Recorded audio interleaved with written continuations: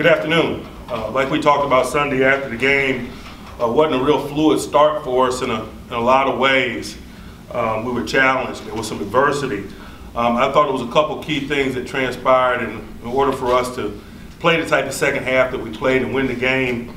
First of all, I thought the guys didn't panic, and that allowed us to stick to the plan. I thought it also kept communications up. Oftentimes when things don't go well, people stop talking, or they talk based on necessity. I thought that all the guys remained engaged and continued to communicate, and that gave us the platform, the right to ship, if you will. And I thought that obviously moving forward, the quality of play was better in all three phases in the second half, and we were able to make the necessary plays to secure victory. Along the way, you grow from experiences like that when you face adversity and persevere. When you have letdowns in different aspects of your game at different times, and I think the team has an opportunity to assist one another in securing victory. You know, we gave up some points in the first half. The offense scored points to match that. We got necessary stops in the second half after we secured control of the game, even in the midst of turning the ball over. Thought we had solid contributions from our specialists, our kicker and our punter. So just as you go through the journey that is a season, when you're faced with circumstances like we were faced with on Sunday and you persevere, I think you grow from it. Hopefully it's a springboard for us. But obviously as we push forward into this thing, we turn our attentions to this week's challenge of being the Baltimore Ravens. From an injury standpoint, it appears that we're in pretty good shape. The only in-game injury to speak of, Mike Mitchell sustained a shoulder injury in the game. He was able to go back in and finish. We'll probably manage him during the course of the week to make sure that he's at his very best as we go into the stadium. The rest of the guys are some veteran maintenance guys. Will be normal procedural things in terms of their practice participation, in terms of game readiness, and really give an opportunity for the young guys to get extended work and some of those guys to rest or recuperate when required. We had a number of illnesses last week, particularly the latter part of last week. D'Angelo Williams was sick Thursday, Friday, Saturday. Landry Jones was sick on game day. So at that time of year, maybe we'll have a few of those type things to deal with, but we won't let that stop the train. We'll continue with our work. Now I'll talk briefly about Baltimore and field questions from there. You know, I'll start on defense because not a lot has changed for them defensively since the last time we played them. Last time we played them, they were without Terrell Suggs. Obviously, they're still without Terrell Suggs, but when you watch the tape, it's still largely the same body or the same group of guys that we played with last time. So from that standpoint, man, it'll be, you know, traditional Steelers-Ravens from a familiarity standpoint, not only in schematics, but the physical matchups associated with the men that play. Jimmy Smith and Webb and Will Hill are still the primary components of the secondary, and we've seen those guys quite a bit. They've seen us over the years. At the linebacker level, C.J. Mosley and Smith are the two primary inside guys, and you know they're familiar with us. We're familiar with them. Outside linebackers, Dumerville and Upshaw have been in place. They got some talented young people in their front, guys that they've been playing with over the last several years that they're getting great opportunity to play and are familiar with us, and we're gaining some familiarity with them. Guys like Jernigan from Florida State, Williams, their nose guard, is a quality young interior player. We got to deal with Brother Smith from Kentucky as a rookie, really good friends with Bud Dupree. I got an opportunity to get to know him personally in draft prep, spending some time in Lexington, and he had a big game against us last time, had 2 sacks against us. Seems like his role is growing as, you know, I'm not surprised by that. He was a quality player at Kentucky and is showing signs of being a big time player for them. We got to work to minimize their impact on the game. Schematically, not much has changed there. They've given up some points, but you know, many of those points in some instances have been when this unit's on the sideline. I think they've given up 5 touchdowns this year when the defense is on the sideline, and so sometimes scores are not going to be reflective of what you're capable of. On offense, there's been some changes, some guys that we need to get familiar with, but at the same time, not a lot has changed in terms of the schematics. They got some grizzly battle-tested coaches on the offensive side of the ball, like Coach Castile and Coach Stressman, their offensive coordinator, Marty Morningwig, their quarterback coach. I don't imagine that they'll blink in the face of adversity that they faced to this point. I still see the structure in which they choose to attack people. They're very much capable of running the football. They ran the football effectively on us in the first game. You know, maybe they hadn't run it as effectively as they would liked in recent weeks, but oftentimes the scores of the games and the time remaining in the game will get you out of your personality when you're behind. We've got a lot of respect for their run game, even though 4 sets on IR. We got to minimize Allen and company in the running game. We can't allow them to do to us what they did to us in the last game via the run. In the passing game, they've got some turnover there. They've lost some guys, but Aiken is still playing for them, playing a very pivotal role for him. It's been a breakout season for him. He's closing in on 1,000 yards receiving, but he's not new to us. We saw him in the first game. He had a big game against us. He scored a critical touchdown there on a red zone go ball against us the first time we played him. I'd imagine some of the attrition they've had at tight end and so forth will provide an opportunity for them to get an extended look and feature even their young, talented first-round draft pick in Max Williams. So we got to be prepared to minimize him. He's a big-time athlete, guy that's capable of stretching the field vertically. The vertical passing game is something to contend with. There's a potential of us even seeing Mallet, I would imagine. Mallett's got a strong arm, man. He can attack you in a vertical manner. We got to be prepared to defend the full field, not only in terms of their structure, but if he becomes an element of the equation from a quarterbacking standpoint. Pretty familiar with some of the skill set things that he's capable of, and vertical passing is one of them. So you got to run your antennas up there. The structure, the interior of their group is still led by Yonder.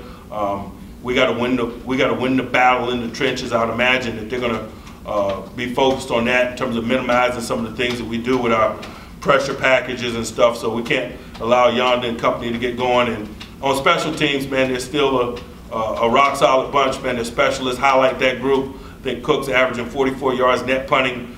Tucker's one of the best in the business at what he does. They got a new return man that we need to get familiar with, but I think he's already returned a punt, 82 yards for a touchdown. So we need to get familiar with his skill set, how he attacks coverage units, and to make sure that we're in the best position to minimize that element of the game.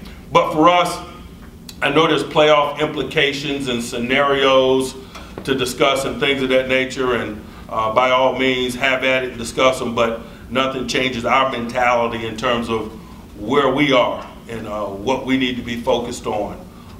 And that's ultimately preparation and play for this challenge in this stadium. And that's all I'll talk about to the team. That's all we'll be focused on in a formal or professional manner as we prepare for this game.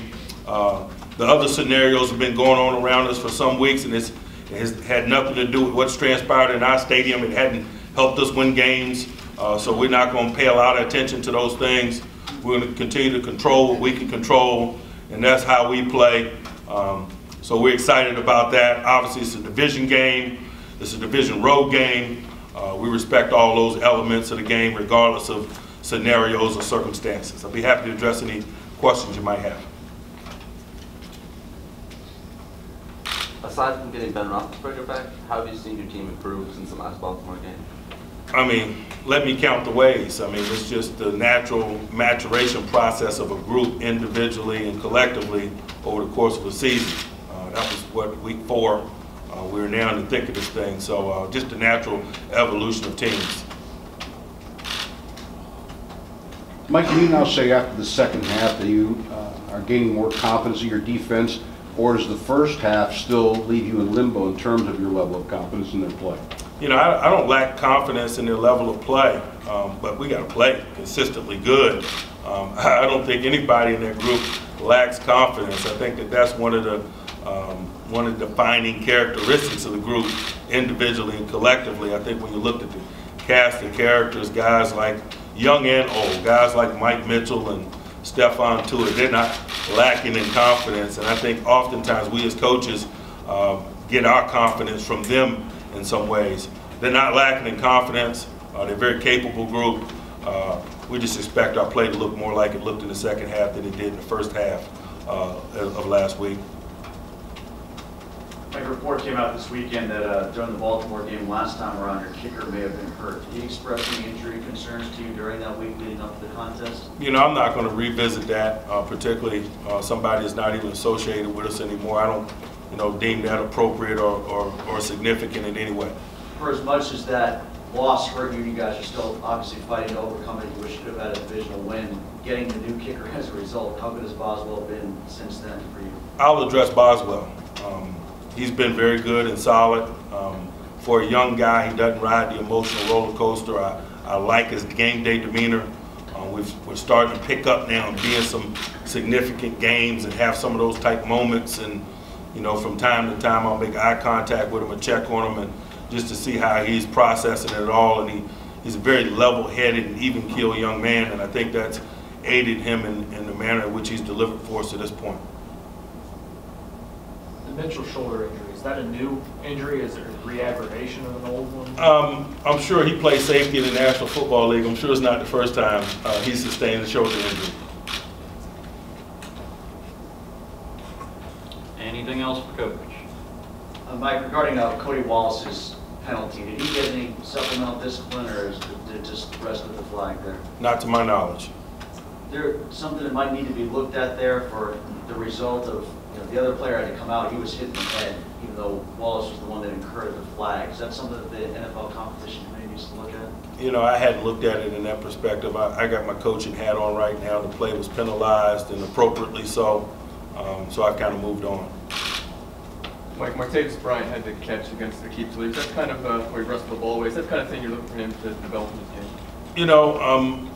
We want consistent combat catches, not only from him, but from all of the guys. I thought that was a really positive aspect of Marcus Wheaton's game, for example. Last week, I thought he made some traffic catches, some catches in between the hashes. And, we're going to need that from all our guys as this thing gets thick.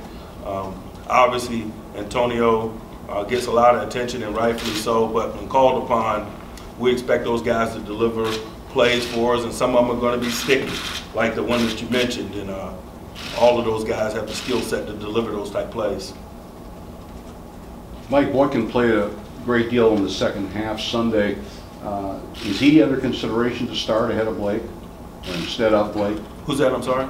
Boykin. No, we're going to continue with the rotation that we've have, and it hadn't changed. Sometimes the numbers may change in terms of the number of snaps over the course of a game, but I wouldn't read too much into that. Our rotation has been the same as it's been for the last 3 or 4 weeks now. You mentioned the personnel versus scheme on the Ravens. How about for yourself going up against the Ravens, because so much of your personnel has changed, and obviously your scheme's adjusted with Michael in there at quarterback versus Ben.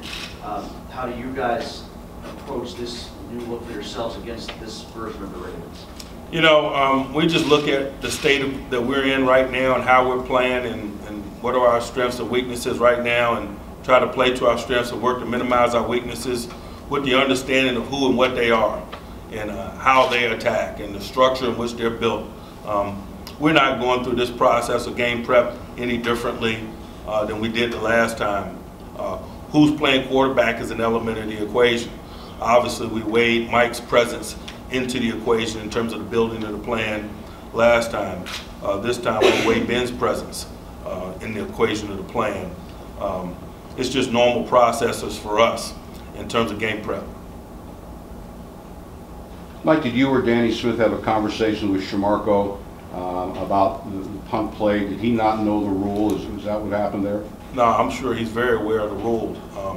I didn't have a conversation with him because I didn't deem it necessary. It's like acknowledging that the sky is blue. He needs to pick the ball up and hand it to the official. Mike, after big wins against Cincinnati and Denver, and obviously the playoffs still at stake, do you worry at all about letdown, or do you talk to the team at all about making sure they stay focused? I don't. I'm sure you guys will. Mike, when a team has had so many injuries, like the Ravens, like yourself, as a coach, what's the toughest thing to do to convince the guys not to use that like as an excuse in the back of your mind? How do you keep them prepared? I'm not speaking for them. I'm speaking for us. Injuries are as much a part of the game as blocking and tackling. And, you know, people don't either they don't care about your injuries or they're glad you have them. So, you know, the mail needs to be delivered. So we try to focus on delivering the mail. Did you ask for or get any clarification on that pass to Brown, the third down after the encroachment? I did not. Was it adjudicated properly by the refs? I didn't spend a lot of time analyzing it, to be honest with you. We won the game. It's getting in the latter portion of this journey. I just focus my energies on moving forward to this week's challenge. Hey guys, Jason Mackey here from the Rooney Sports Complex. Just finished Mike Tomlin's press conference, typical Tuesday at noon routine. It's Ravens week, so we're going to talk a little bit about that, but I mean, they're the Ravens, for crying out loud. How excited were we going to get about this thing? Last game they played the Ravens, 23-20, overtime loss for the Steelers, and really, what can you take out of that? Ben Roethlisberger didn't play in it. This is a completely different team now. They're on a great roll. They weren't then. It was funny, Mike Tomlin started talking about the Ravens today, and he talked about their coaches being a grizzled group. I'm not sure if that's a good thing, unless they're in a beard growing contest. But this Ravens team has gone through a lot. I'm not sure I'd really be all that concerned about anything matchup related. They basically have to get through this thing and not have a letdown. Mike Tomlin had another good line where he said, have at the playoff scenarios, feel free to discuss them. So we got it, thank you for the permission, and I'm sure everybody will be talking about playoff scenarios. That's kind of the news here, but they just don't know. And the easy part is the Steelers win. There is a scenario that exists. If the Jets lose and the Steelers win, they can get in. The Steelers just need to keep playing the way they've been playing. A couple other nuggets to take out of Tomlin's press conference. Talked about the defense's consistency, that it wasn't anything they really need to do, and he kind of talked about this after the game Sunday too. They just need to tighten up things in the first half. It needs to look more like it did in the second half. As far as the secondary rotation too, he hit on that and said Antoine Blake will remain a starter. They're going to keep doing things the way they're doing. They're happy with how they're using Blake. Brandon Boykin as well. You saw in the second half, Antoine Blake played a lot less. Brandon Boykin played a lot more, but Tomlin seems happy with the cornerback rotation. Last thing, Mike Mitchell had a shoulder injury. We don't know if that was from the week before or whether that's a new one, but he'll just kind of be monitored. They'll take it easy. So we'll be talking to you a little bit more throughout the week, and make sure to check out the content at TKPittsburghSports.com. Thanks, guys.